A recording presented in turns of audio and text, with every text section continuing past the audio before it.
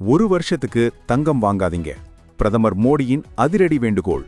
Petrol முதல் தங்கம் வரை உங்க பாக்கெட் பணத்தை மிச்சப்படுத்த பிரதமர் சொன்ன ரகசியம் இதுதான். முழுசா கேளுங்க. இப்போ சர்வதேச சந்தையில கச்சா எண்ணெய் விலை விண்ணை தொடுது. நம்ம நாட்டு அந்நிய செலாவணி கையிருப்ப பாதுகாக்கணும். இதுக்காக ஹைதராபாத் பரேட் மைதானத்துல நடந்த கூட்டத்துல பிரதமர் மோடி ஒரு முக்கியமான வேண்டுகோள் விடுத்திருக்காரு. வெறும் பெட்ரோல் சிக்கனம் மட்டுமில்ல, நம்ம ஊர்ல விசேஷம்னாலே ஓடுற தங்கக்கடை பக்கமே ஒரு வருஷத்துக்கு போகாதீங்கன்னு சொல்லியிருக்காரு. ஆனா உண்மை என்னன்னா, இது நம்ம பொருளாதாரத்தை காப்பாத்ததான். இப்போ நாடு கடுமையான தாமிர பற்றாக்குறையை சந்திக்குது. அதனாலதான் ஆடம்பரத்தை குறைங்க, தேவையற்ற வெளிநாட்டு பயணத்தை தவிர்த்து நம்ம நாட்டு செல்வத்தை வெளியே போகாம தடுங்க அப்படின்னு சொல்லியிருக்காரு.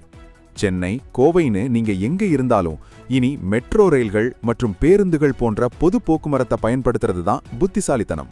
சொந்த காரை வீட்ல வைங்க, முடிஞ்சவரை வீட்டிலிருந்தே வேலை பாருங்க. இதுதான் இப்போதைய தேவை.